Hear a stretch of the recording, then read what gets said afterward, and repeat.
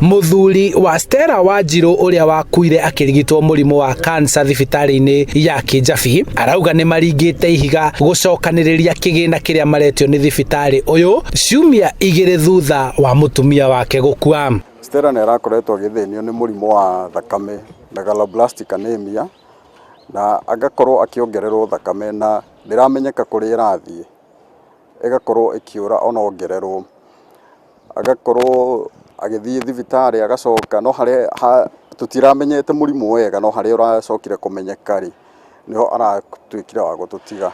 Kuringana na aciari yake ni mageretie uria wothe mangihota gukinyaniria uria thibitari irenda wa kwamba kuriha nuthu ya mbeca ici no kumanagia na mawatho maria magathikitwo ni thirikari megie kwigitira murimu wa COVID-19 makaremwo kuhothithia mbeca icio. Ketuge no tutiracemania muno ni undu wa watho wa thirikari riu kwoguo tukona mundu mumwe tugasoma ri magacoka makoma magathie no na mbeca icio na itikinyite ona hana tungithie gwitetera kuria thibitari. Ithe wao John Ng'ang'a akiuga we ndari akuhiriria kuhutia ona kana kuona kigina ta kiu na uguo wona thirikari yaga kuingirira niguo maneo mwiri wa Stella Wanjiru kwahoteka matikuhota kugira ni wagi wa mbeca.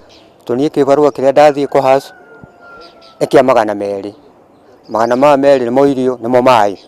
Riu ihoya riao ni thirikari kwaraniria na thibitari niguo metikirio kunengerwo mwiri wa mwendwa wao makamuhurukie. Handu-ini ha Inooro TV kuma Gitaru Kabete kaunti-ini ya Kiambu, njitagwo Charles Gikunga wa Kariuki.